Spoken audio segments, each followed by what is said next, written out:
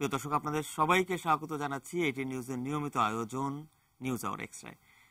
আপনারা জানেন যে 1880 সালের 9 ডিসেম্বর রংপুরের পায়রাবন্দে যে মহিষী নারীর জন্ম হয় তিনি হচ্ছেন বেগম রোকেয়া, এবং 1932 সালের এই দিনেই বেগম রোকেয়া মারা যান। তারপর থেকে আপনারা জানেন যে প্রতি বছরের 9 ডিসেম্বর রোকেয়া দিবস হিসেবে পালন করা হয়, এবং আজ রোকেয়া দিবস। এই দিনটিকে সামনে রেখে আমাদের আজকের আয়োজন আমরা সাজিয়েছি মূলত 19বিংশ শতকে নারীরা যখন অবরোধ বাসিনী, সেই সময়ে নারীর পরাধীনতার বিরুদ্ধে যিনি আওয়াজ তুলেছিলেন, যিনি নারী পুরুষের সমতার কথা বলেছিলেন, যিনি নারীদের কুসংস্কার থেকে মুক্ত করার জন্য আন্দোলন শুরু করেছিলেন, তিনি হচ্ছে বেগম রোকেয়া। এবং মূলত আজ 21বিংশ শতাব্দীতে এই অবস্থানে এসে আমরা কি দেখছি, আমাদের সমাজে নারীরা কি সব বাধা পেরোতে পারছে বা পেরিয়েছে? নারীরা কি এখনো নিপীড়ন এবং বঞ্চনার শিকার নয়? এ নিয়ে আমরা আমাদের আজকের আয়োজন সাজিয়েছি। আমরা শিরোনাম রেখেছি সব বাধা পেরিয়ে। এ নিয়ে আলোচনা করার জন্য আমাদের স্টুডিওতে আজ উপস্থিত আছেন আইনজীবী ও নারী নেত্রী অ্যাডভোকেট এলিনা খান, আছেন অভিনেত্রী এবং আওয়ামী লীগের সাংস্কৃতিক সম্পাদক রোকেয়া প্রাচী, এবং আছেন গার্মেন্টস শ্রমিক সংহতির সভা প্রধান তাসনিমা আক্তার। আপনাদের তিনজনকেই স্বাগত জানাচ্ছি আজকের এই বিশেষ একটি দিনে। আমরা বেগম রোকেয়ার নিয়েই কথা বলবো এবং এ নিয়ে আমাদের আজকের প্রেক্ষাপটটা নিয়েও আসলে আলোচনা করব। তবে তার আগে আপনারা জানেন যে আজকে রোকেয়া দিবসে 5 জন নারীকে রোকেয়া পদক দেওয়া হয়েছে, যারা আসলে নারী উন্নয়নে বিশেষ ক্ষেত্রে বিশেষ অবদান রেখেছেন। এ নিয়ে আমাদের সহকর্মী মহসিন কবির একটি রিপোর্ট করেছেন। রিপোর্টটি দেখে এসে তারপর আমরা আলোচনা আসছি। নারী অগ্রযাত্রায় অসামান্য অবদান রাখাই প্রতি বছরই বেগম রোকেয়া পদক দেয় সরকার। এবার সম্মানজনক এই পদকে ভূষিত করা হলো 5 জনকে।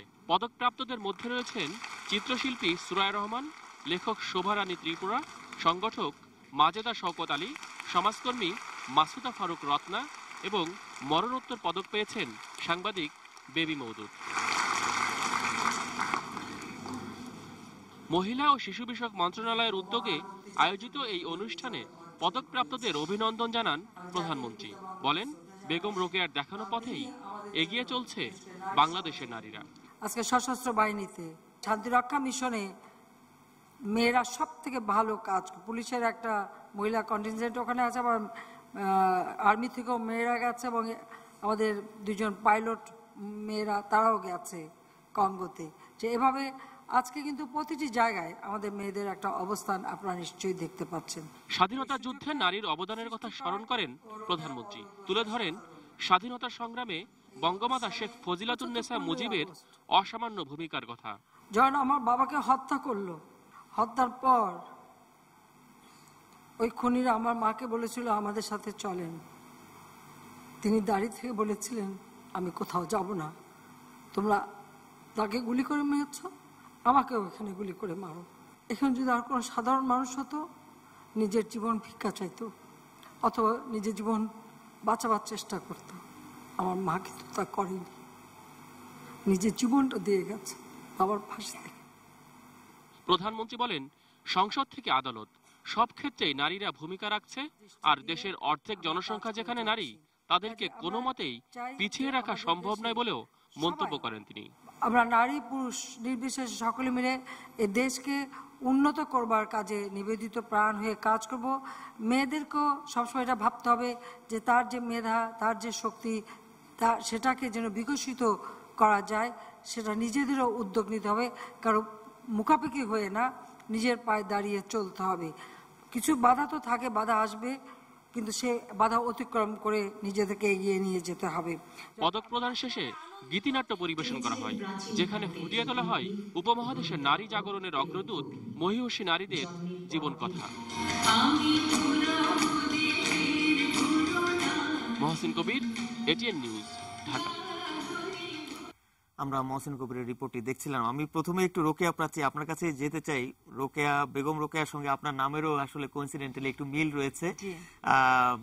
একটা বিষয় আমি একটু পেছনে ফিরে যেতে চাই, যে আজ থেকে 19বিংশ শতকে যখন সুলতানার স্বপ্ন গ্রন্থে বেগম রোকেয়া তুলে ধরেছিলেন আসলে সেই সময়ের নারীদের কঠিন চিত্র। তিনি বলেছিলেন, সুলতানার ওই জগতের সারথী সারাকে তিনি বলছেন, জানেন ভগিনী সারা, সামাজিক বিধি ব্যবস্থার প্রতি আমার হাত নাই।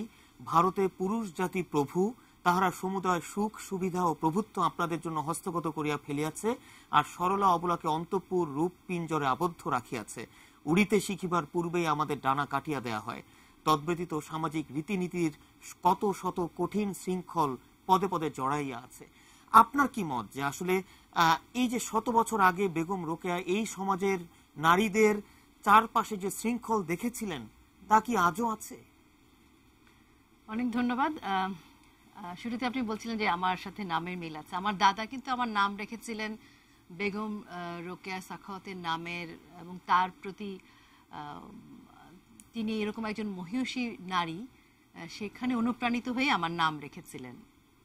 কাজে আমি মনে করি যে বেগম রোকেয়া সেই সময় যেমন প্রাসঙ্গিক ছিলেন, অনুপ্রেরণার জায়গায় ছিলেন, আজকেও কিন্তু অনেক ক্ষেত্রেই প্রাসঙ্গিক। তবে আজকের বাংলাদেশের চিত্রটা একটু আলাদা। আজকে কিন্তু বাংলাদেশ যে জায়গায় দাঁড়িয়ে আছে, সেখানে হয়তো সেই আদর্শ বেগম রোকেয়ার সেই সময়ের যে বিষয়গুলো, সেখানে নারীরা যেরকম পশ্চাৎপদ এবং নারীদের যে সামাজিক প্রেক্ষাপট ছিল, সেই জায়গাটা কিন্তু আজকে না। তবে নারীর মনস্তাত্ত্বিক যে অবরোধ বা অবরুদ্ধ যে অবস্থান রয়েছে, সেটা প্রত্যেকটা নারীর নিজস্ব। আজকে কিন্তু পথটা তৈরি হয়েছে। আজকের বাংলাদেশে অবরোধবাসিনী আমরা কোনো নারীকে বলতে পারি না। আজকের নারীরা কিন্তু জাগরণের পথে দাঁড়িয়ে আছে। প্রত্যেকটা নারী হয়তো বেরিয়ে আসতে পারেনি, কিন্তু বেরিয়ে আসবার স্বপ্নটা তাদের মধ্যে বীজ বপন করা হয়েছে।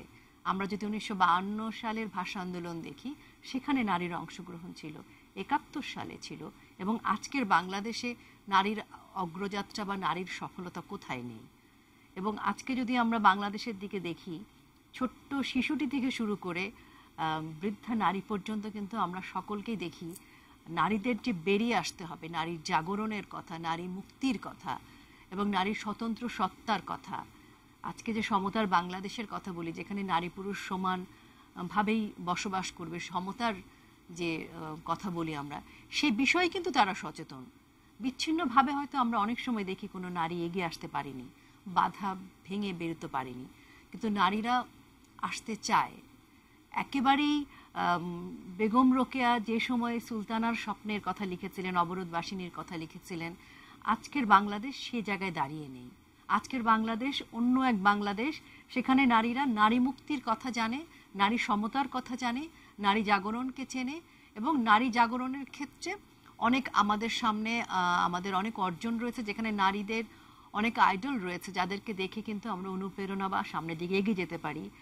মানে একথা নিশ্চিত করে বলা যায়, আগামীর বাংলাদেশেও কিন্তু যে যাত্রায় আমরা দাঁড়িয়ে, সেখান থেকে নারীরা অনেক দূর এগিয়ে যাবে।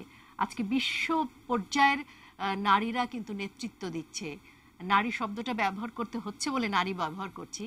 নারীরা কিন্তু আজকে একজন মানুষ হিসেবে নিজেকে, একটা মানুষ সত্তায় নিজেকে দেখতে ভালোবাসছে, জানছে। এটা আমাদের অনেক বড় বিশ্ব পর্যায়ের কথা আপনি বলছিলেন। কেউ কেউ আসলে প্রশ্ন তুলেছেন যে সমগ্র বিশ্বের দিক থেকে বাংলাদেশের নারীদেরকে আসলে কিভাবে দেখা হচ্ছে বা কিভাবে মূল্যায়ন করা হচ্ছে, কতটুকু আসলে এগিয়েছে, তা পুরো বিশ্ব আসলে কিভাবে দেখছে? কোথাও কোথাও হয়তো ধরেন ছবি একরকম দেখে, আর সেটার ব্যাখ্যা বিশ্লেষণটা আরেক রকম। এখনো হয়তো আমাদের অজপাড়াগায় যদি আমরা যাই, আমরা কিন্তু দেখব যে হয়তো বোরখা পরছে, হিজাব পরছে, অনেক ঘরে বসে আছে, কিন্তু সেই হিজাব পরা, বোরখা পরা মেয়েটা কিন্তু আবার চাকরিজীবীও।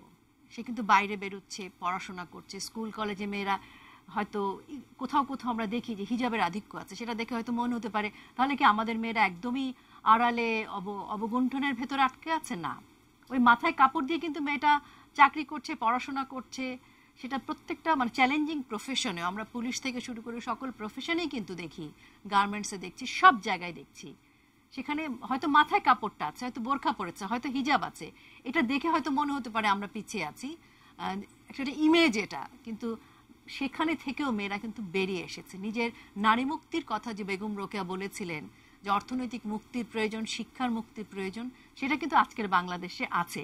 কাজেই হয়তো কোথাও কোথাও এক ধরনের চিত্র উঠে আসে যেটা দেখে মনে হয় না যে আজকের বাংলাদেশে যে জাগরণটা সেটা কতখানি সেটা উপলব্ধি করা যায় না, কিন্তু বাংলাদেশের জাগরণের অনেক অনেক তথ্য রয়েছে, অনেক চিত্র রয়েছে যেখানে বলতে পারি আমরা এগিয়ে গেছি। আজকে আমরা আমাদের নামের পাশে কিন্তু মায়ের নামটি লেখা হচ্ছে, এটা একটা সময় ছিল না। আজকে কিন্তু আমাদের মায়েরা সচেতন, আমাদের কন্যারা সচেতন। আজকে আমরা সকল সেক্টরে, আমি যদি তথ্য দিয়ে বলতে শুরু করি তাহলে হয়তো পুরো অনুষ্ঠানে আমাকে একাই কথা বলতে হবে। আমি আসবো আবার আপনার কাছে। আমি একটু তাসলিমা আক্তার আপনার কাছে আসতে চাই। আপনি কি মনে করছেন, রোকেয়া প্রাচী বলছিলেন যে আসলে নারীরা অনেক দূর এগিয়েছে এবং অনেক সচেতন এবং নারীর মুক্তির ব্যাপারেও অনেক সচেতন, আপনার চোখে দেখা বা আপনার উপলব্ধি কি আসলে নারীরা সত্যিকার অর্থে কতটুকু নারী পুরুষের যে সমতার কথা বলা হয় বা বেগম রোকেয়া যে স্বপ্নটি দেখেছিলেন নারী পুরুষের সমতার ব্যাপারে, আপনি তার বাস্তবায়ন কতটুকু দেখছেন? প্রথমে আমি আজকের এই দিনে, আজকে রোকেয়া দিবস, রোকেয়ার 137তম জন্ম এবং 85তম মৃত্যুবার্ষিকী, আমি বিশেষভাবে রোকেয়াকে স্মরণ করতে চাই এবং আমাদের দেশে নারী আন্দোলনে এবং নারী মুক্তির চিন্তায় যারা বিশেষভাবে ভূমিকা রেখেছেন তাদের সকলকে সশস্ত্র সালাম জানাতে চাই আজকের এই প্রোগ্রামের মধ্য দিয়ে।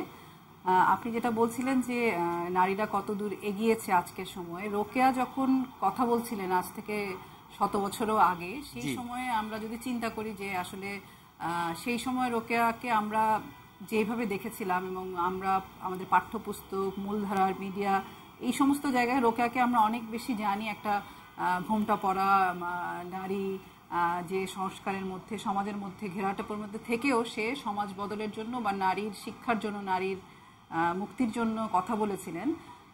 কিন্তু এই পরিচয়ের বাইরেও কিন্তু রোকেয়া অনেক কিছু বলেন যেটা অনেক সময় হয়তো আমরা মূলধারার মিডিয়াতে দেখতে পাই না বা শুনতে পাই না। রোকেয়ার কিন্তু নারীর মুক্তির জন্য নারীর যে নিজের সত্তা তৈরি হওয়া দরকার, তার একটা ব্যক্তি সত্তা, কর্তা সত্তা হিসেবে তার উপস্থিত হওয়া দরকার, সেই প্রসঙ্গটা সামনে এনেছিলেন জোরের সাথে।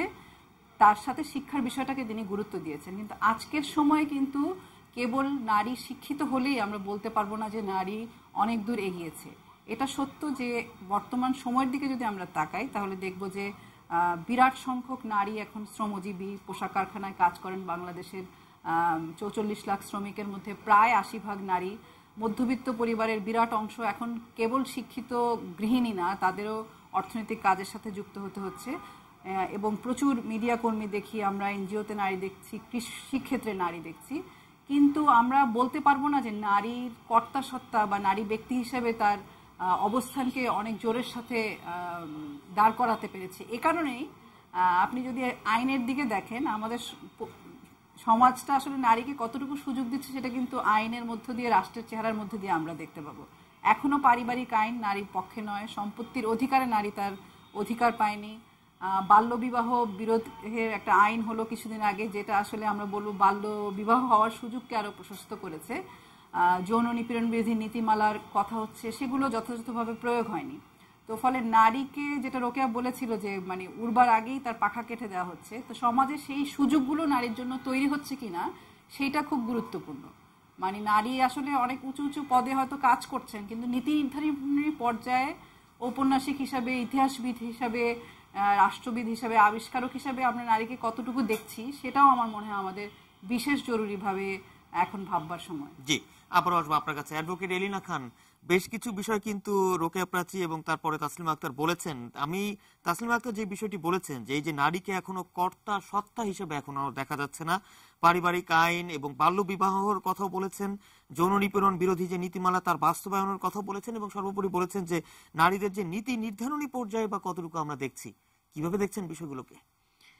প্রথমে আমি এই মহিষী নারীর প্রতি সশ্রদ্ধ সালাম জানাই যে আজকে উনি এত বছর আগে যে চিন্তা করেছিলেন সে চিন্তার প্রতিফলন কিন্তু পদে পদে বাধা আমরা কিন্তু এখনো অতিক্রম করতে পারি নাই। আমরা হয়তো শিক্ষার দিক দিয়ে আমরা হয়তো এগিয়ে গিয়েছি, কিন্তু যেটা শিক্ষার যে মূল মন্ত্র, যে নারীরা যে ক্ষমতায়ন হবে, নারীরা যে তার ডিসিশন মেকিং এ তার যে একটা সিদ্ধান্ত দেওয়ার যে ক্ষমতা রাখবে, সেই জায়গাগুলোতে কিন্তু নারী কিন্তু এখনো নেই।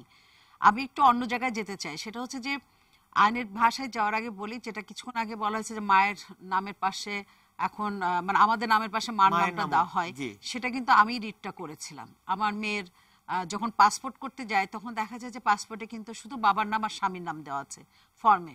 তখন আমি এটাকে চ্যালেঞ্জ করি এবং হাইকোর্টে রিট করি। রিটে সেখানে আমি একটা রুল ইস্যু হয়। পরবর্তীতে আজকের প্রধানমন্ত্রী উনি সেটা তখন ঘোষণা দেন যে আজ থেকে মার নামের পাশে মানে সন্তানের নামের পাশে মার নামটা লেখা হবে।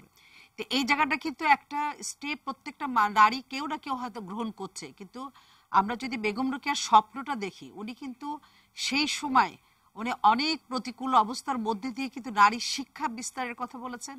উনি কিন্তু অনেক রক্তচক্ষু সমস্ত কিছু সামাল দিয়ে উনি কিন্তু কোনো জায়গায় আপোষ না করে কিন্তু এগিয়ে গেছেন। উনি সেই নারীর শিক্ষা চেয়েছে, সেই নারীর স্বাধীনতা চেয়েছে যেখানে নারীরা অন্তত চলাফেরার ক্ষেত্রে তারা যেন নিরাপত্তার মধ্যে দিয়ে জীবনযাপন করে, শুধু অর্থনৈতিক না, শিক্ষা না, সে যে শিক্ষা নিবে, সে যে অর্থনৈতিক ভাবে লাভবান হবে, সেই জায়গাগুলোতে যেতে হলে পারে যে নিরাপত্তা দরকার সেটা জায়গাতে উনি চেয়েছেন। সেই জায়গা কিন্তু আমরা বর্তমানে নেই। আমরা যদি এখন দেখি যে আমাদের যে আপনি আইনের কথা বলছেন, আইন তো পরে যায়, আইনে যাওয়ার আগে যে ঘটনাগুলো ঘটছে আমরা প্রায় দেখছি যৌতুকের কারণে অনেক নারীকে মেরে ফেলা হচ্ছে, রেপের কারণে আজকে মেয়েরা হচ্ছে বাসের ভিতর রেপ হচ্ছে, তারা সহজে বের হতে পারছে না, দিনে সন্ধ্যার পর তো না, দিনের বেলাও তারা বের হতে পারছে না। এমনকি আমরা যদি শিক্ষাঙ্গনে দেখি সেখানেও দেখি আমরা মারামারির চিহ্ন, সেখানেও দেখা হচ্ছে নারীর উপর মানে হামলা চালানো হচ্ছে। এই জায়গাগুলো তো বেগম রোকেয়া কখনো একসেপ্ট করতেন না বা উনি ভাবেনও না। আর সেই 100-150 বছর পরও আজকে আমাদেরকে ভাবতে হচ্ছে যে এখনো কেন আমরা বেগম রোকেয়ার স্বপ্ন বাস্তবায়ন করতে পারলাম না। আমি একটা কথা বলতে চাই এখানে যে উনি সুলতানার স্বপ্ন যে বইটা লিখেছেন পদ্মরাগ যেখানে উনি কি ধরনের সমাজ চান সেখানে কিন্তু সুন্দর করে বর্ণনা করেছেন। উনি কিন্তু একটা জায়গায় বলেছেন যে পুরুষের সমতা হতে গেলে যদি লেডি কেরানি হওয়া লাগে, লেডি ম্যাজিস্ট্রেট হতে যায়, লেডি ব্যারিস্টার হতে হয়, তাহলে আমরা তাই হইব। তার মানে কি প্রত্যেকটা জায়গায় উনি সেক্টরগুলোকে ভাগ করেছেন যে এই জায়গা যদি পৌঁছানোর জন্য যদি না পুরুষের সমকক্ষ হতে হয় তাহলে আমরা সেই জায়গাটা যাব। তার উনি বুঝিয়েছেন যে সকল প্রতিকূল অতিক্রম করে আমাদের এগিয়ে আসতে হবে। এখন আমরা কতগুলো জায়গা হ্যাঁ দেখতে পাচ্ছি, আমরা আজকে আমাদের অনেক আনন্দ হয়, আমরা বিভিন্ন জায়গায় আজকে নারীকে শীর্ষ স্থানে দেখতে পাচ্ছি, কিন্তু নারীকে শীর্ষ স্থানে দেখছি, নারীকে সেক্সুয়াল হ্যারাসমেন্ট থেকে সেখানে কি রক্ষা পাচ্ছে? যে জায়গাগুলোতে নারীরা অবস্থান করছে বড় বড় জায়গা সেখানে কি নারীরা নিরাপদ? আজকে নারীরা শিক্ষা ক্ষেত্রে যাচ্ছে সেখানে কি তারা নিরাপদ? আজকে ব্যবসা বাণিজ্য করতে যাচ্ছে সেখানে কি তারা নিরাপদ? এই যে নিরাপদ না, এইটা হচ্ছে বড় একটা বাধা। আমরা সব বাধা পেরিয়ে আজকে যে সাবজেক্ট আমরা আসলে অতিক্রম করতে পারি নাই। আমি একটা কথা এখানে আরেকটা জোরালো কথা, সেটা হচ্ছে যে নারীর নিরাপত্তা সবচেয়ে বড় দরকার। প্রথম দরকার হচ্ছে নারীর নিরাপত্তা। আমি যদি ঘরে এবং বাইরে সব জায়গায় নারী নিরাপত্তার বিধান করতে পারি তাহলে সেই নারী তার মনের যে বিকশিত হওয়ার যে জায়গাগুলো আছে সে তখন খুঁজে বের করবে এবং সে সেটা পাবে। সমাজ এবং রাষ্ট্র এটাকে এনশিওর করতে হবে নারীর অবস্থানে নারীকে এগিয়ে নিয়ে যাওয়ার জন্য পথগুলোকে স্মুথ করার জন্য। এই বিষয়ে আরো আলোচনা করব একটা ছোট্ট বিরতির পর, তারপর আবারও আসবো। প্রিয় দর্শক, আমরা আছি সব বাধা পেরিয়ে নিউজ আওয়ার এক্সট্রা। একটা ছোট্ট বিরতি নিচ্ছি, সঙ্গে থাকুন।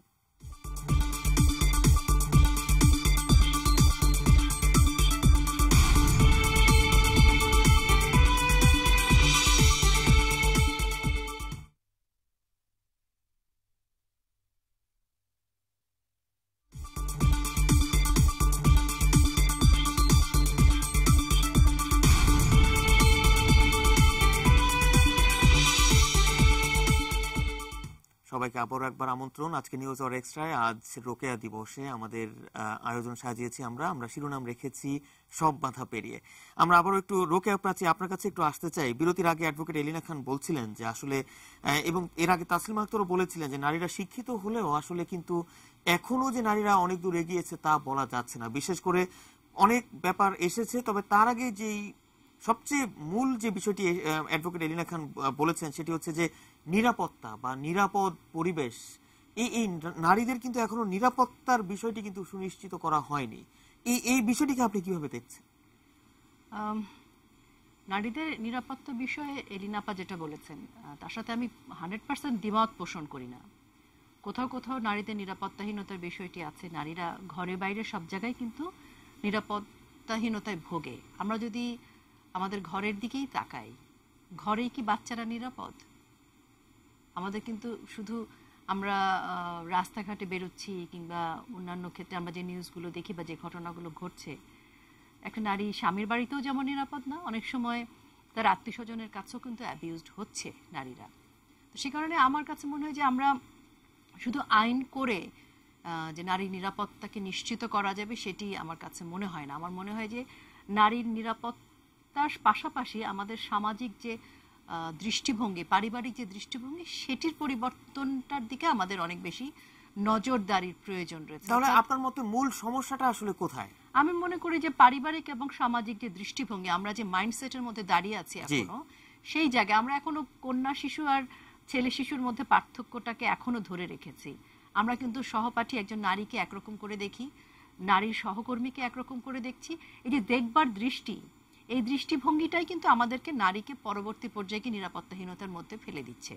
সে কারণে আমি মনে করি যে পারিবারিক পরিমণ্ডলে যে পারিবারিক মূল্যবোধের জায়গায়, মানবিক মূল্যবোধের জায়গায় যদি নারী এবং পুরুষের এই যে আমরা বৈষম্যের কথা বলছি, আমরা যদি আমাদের যে বাচ্চারা বড় হচ্ছে, আমাদের পরিবারগুলোকে সেই শিক্ষাটা দিতে হবে। প্রথমে যদি পরিবার থেকে শিক্ষাটা পায় যে একটা নারী এবং একটা নারী বাচ্চা এবং ছেলে বাচ্চা বাবা মা কিভাবে দেখছে, ছেলেকে বাজারে নিয়ে যাচ্ছে আর মেয়েকে বাজারে নিচ্ছে না, মেয়েকে বলা হচ্ছে মায়ের সাথে রান্না করে সাহায্য করতে বা ঘর দোর গোছানোর ক্ষেত্রে।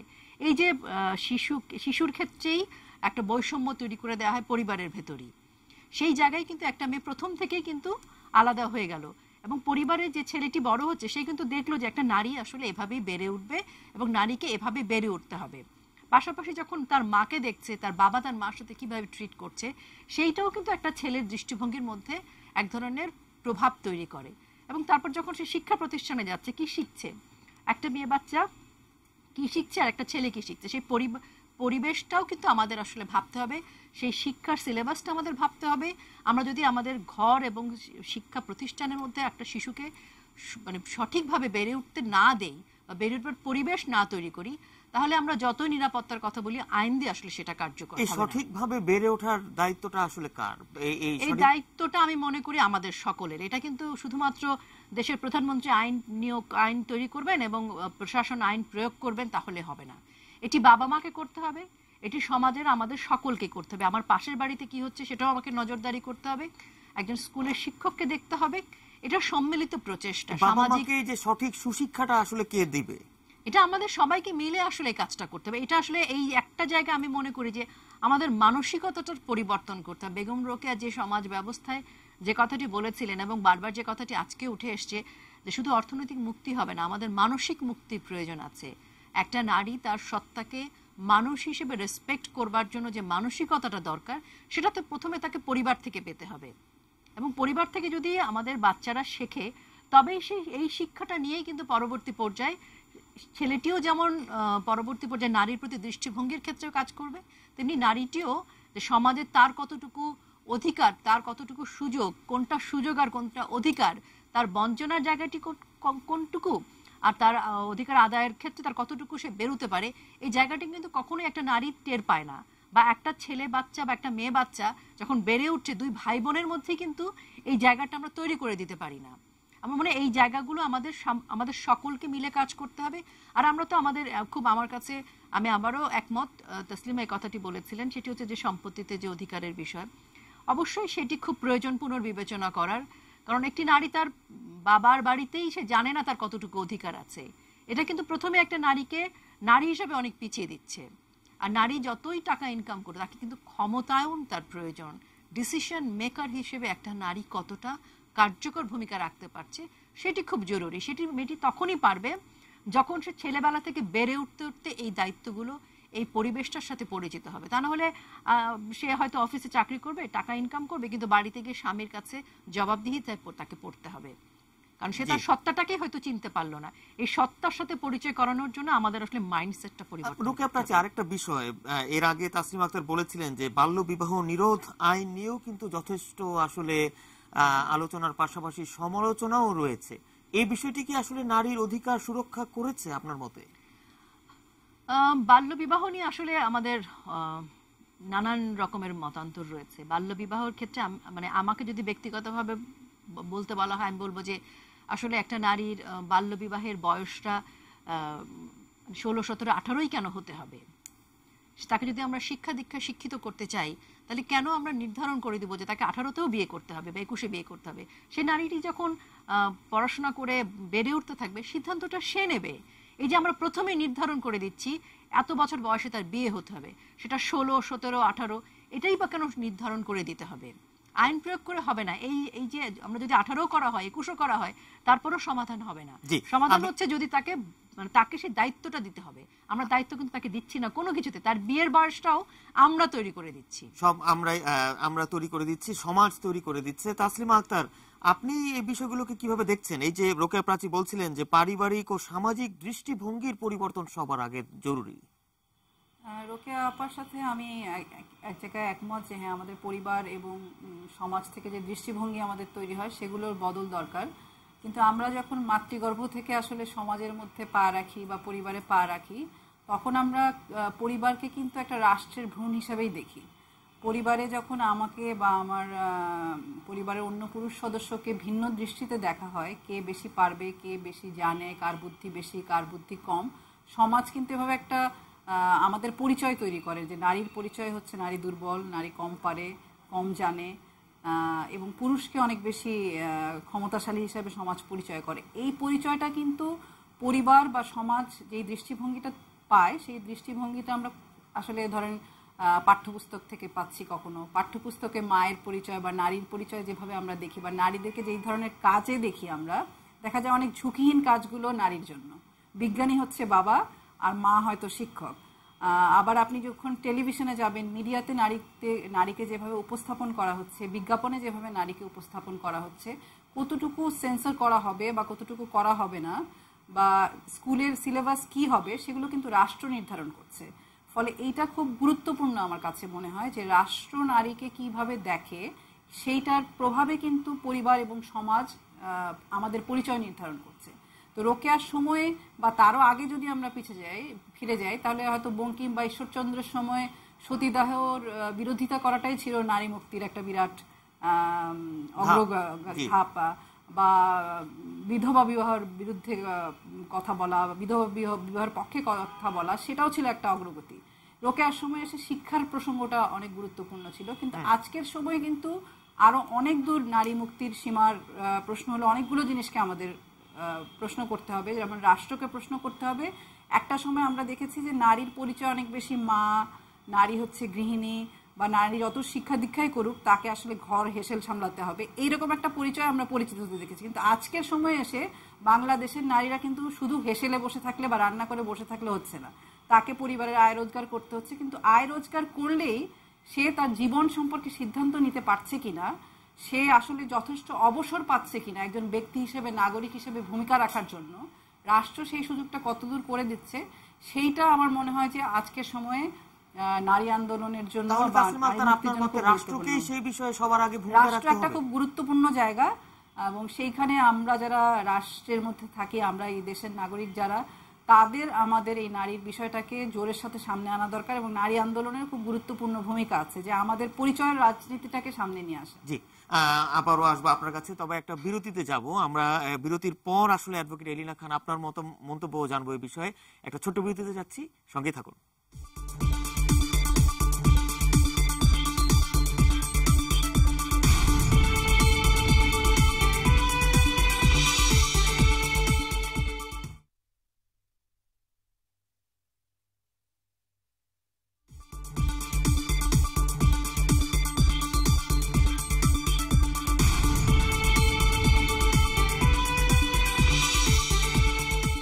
দর্শক, বিরতির পর আবারও স্বাগত জানাচ্ছি আজকে নিউজ আওয়ার এক্সট্রায়। আমাদের আজকের বিষয় হচ্ছে সব বাধা পেরিয়ে। একজন দর্শক আছেন ফোনে। প্রিয় দর্শক, আপনার নাম বলে প্রশ্নটি রাখবেন।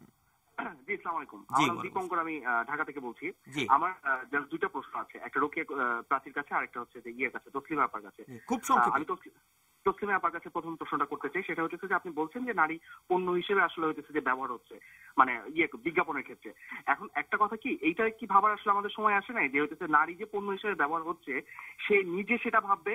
যেমন ধর আমি যদি বলি যে ঐশ্বরিয়া রায়, সে একটা হচ্ছে যে ক্রিমের বিজ্ঞাপন করতেছে, সেখানে তার শরীর দেখা যাচ্ছে, সেটা তো তার নিজেকেও নির্ধারণ করতে হবে যে সে আসলে পণ্য হিসেবে ব্যবহার হবে কিনা। রাষ্ট্রের এখানে আসলে কি করার আছে আমি বুঝলাম না। আর একটা প্রশ্ন হচ্ছে রোকেয়া প্রাচী আপার কাছে, সেটা হচ্ছে যে রোকেয়া প্রাচী কিছুক্ষণ আগে বলছিলেন যে কি বলে সেটাকে, যে রাষ্ট্রকে কেন বলে দিতে হবে যে এত বয়সের মধ্যে তাকে বিয়ে দিতে হবে। আসলে বিষয়টা কিন্তু তা না। বিষয়টা হচ্ছে রাষ্ট্র একটা বয়স নির্ধারণ করতেছে যে তার আগে তাকে বিয়ে দেওয়া যাবে না। রাষ্ট্রকে আসলে বলছে কখনো যে 18-র মধ্যেই তাকে আসলে বিয়ে দিতে হবে বা 16-র মধ্যে বিয়ে দিতে হবে? এই মিসকনসেপ্ট থেকে কি বের হয়ে আসা আমাদের এখন উচিত না? জি, আপনাকে অসংখ্য ধন্যবাদ। আমরা এই বিষয়ে আলোচনা করব রোকেয়া প্রাচী এবং তাসলিমা আক্তারের সঙ্গে। তবে তার আগে একটু অ্যাডভোকেট এলিনা খান আপনার কাছে আসতে চাই। আসলে আপনার মতে এই নারীদের অগ্রযাত্রায় মূল সমস্যাটা কোথায়, খুব সংক্ষেপে? মূল সমস্যাটা হচ্ছে, আমি যদি বলি যে শুধু নারী পুরুষের মানে এখানে বৈষম্য হচ্ছে তা না, আপনি নারীর সাথে নারীরও বৈষম্য আছে। আপনি একটু খেয়াল করে দেখেন যে বাংলাদেশের প্রেক্ষাপটে একটা মুসলিম নারী তো সম্পত্তি পায়, একটা হিন্দু নারী কিন্তু কোনো সম্পত্তি পায় না, একটা খ্রিস্টান নারী একটা মুসলিম নারীর চেয়ে বেশি সম্পত্তি পায়। অর্থাৎ পুরুষ আর নারীর সম্পত্তির ক্ষেত্রে শুধু না, এখানে নারী মানে হিন্দু মুসলিম খ্রিস্টানের মধ্যে একটা আমরা নারীর মধ্যে একটা বৈষম্য দেখি সম্পত্তির ক্ষেত্রে। আমি যিনি ভাই এখানে কিছুক্ষণ আগে একটা কোশ্চেন করেছেন, আমি তার উত্তরটা এভাবে বলি, যদিও রোকেয়া প্রাচী এবং দিবেন।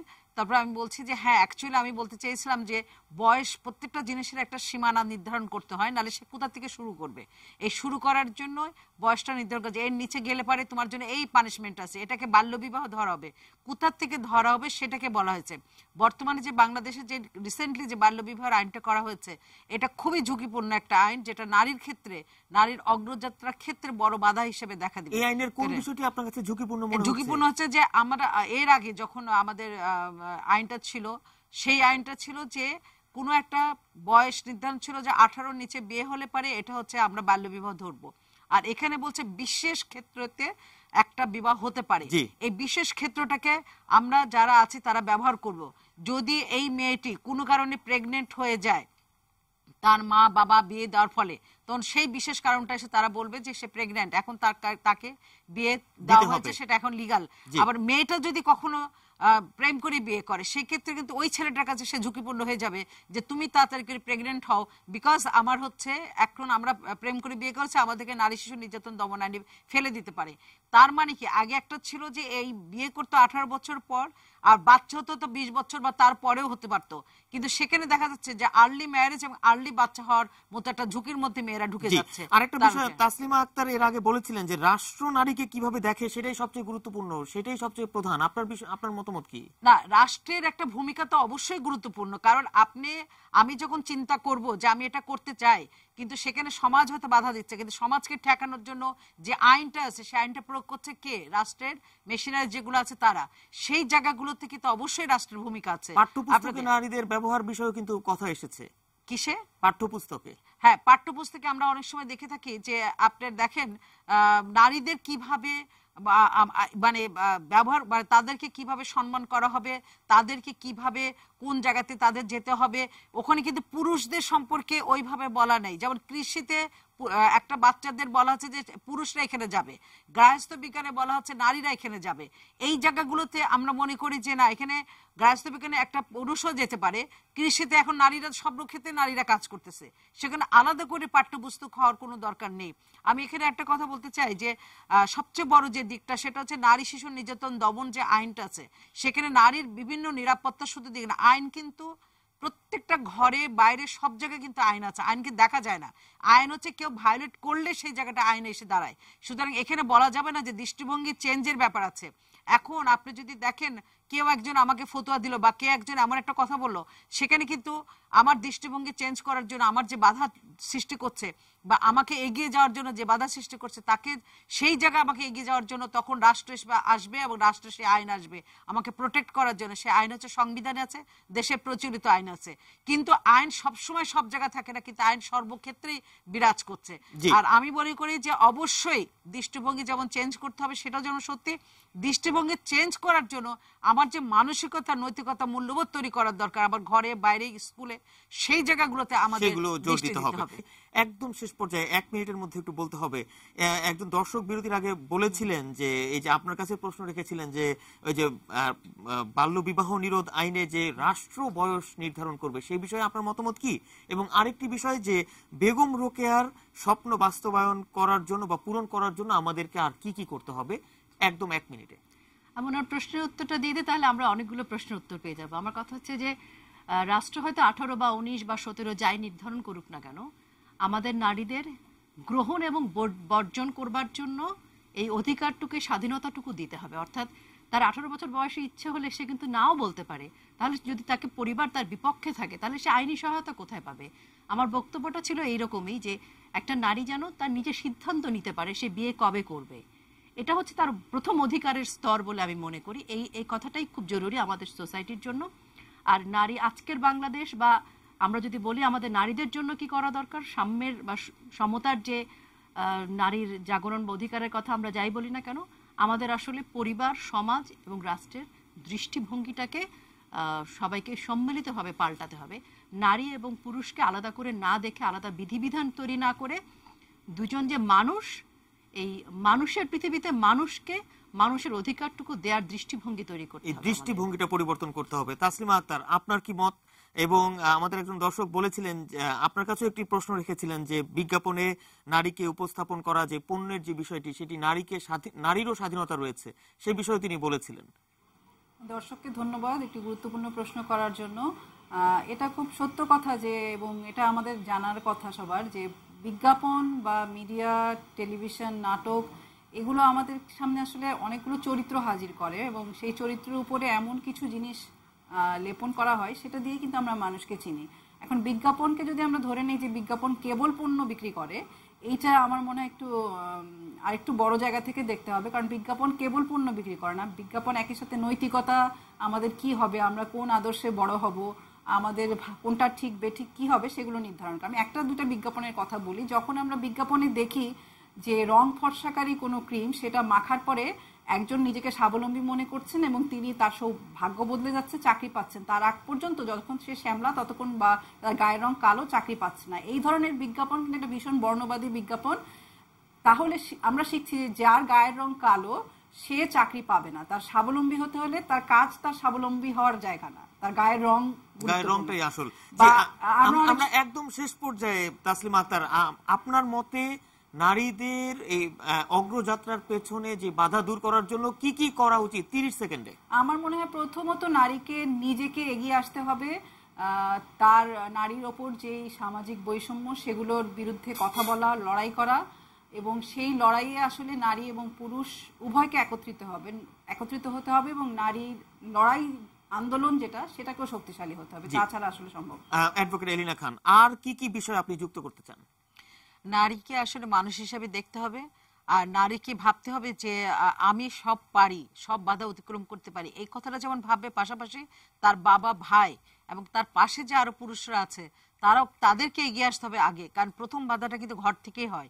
সুতরাং ঘরের যে বাবা, ভাই আছেন, একই সঙ্গে মাকে এগিয়ে আসতে হবে, সাথে নিজেকে এগিয়ে আসতে হবে। তাহলে আমরা সম্মিলিতভাবে একটা নারী সমাজে শুধু পাবো না, আর একটা নিরাপদ এবং নিরাপত্তা নিয়ে সমাজ নিয়ে আমরা এগিয়ে যেতে পারবো। জি, অ্যাডভোকেট এলিনা খান, রোকেয়া প্রাচী এবং তাসলিমা আক্তার, আপনাদের তিনজনকে অসংখ্য ধন্যবাদ আমাদের আজকের এই আয়োজনে এসে আমাদেরকে সময় দেওয়ার জন্য। প্রিয় দর্শক, এই ছিল আমাদের আজকের আয়োজন। আমরাও চাই যে পরিবার থেকে এই দৃষ্টিভঙ্গি বদলানো যাতে শুরু হোক এবং নারীদের অগ্রযাত্রা বহাল থাকুক এবং এই পুরুষ নারীর সমতায়ন এবং ক্ষমতায়ন থাকুক।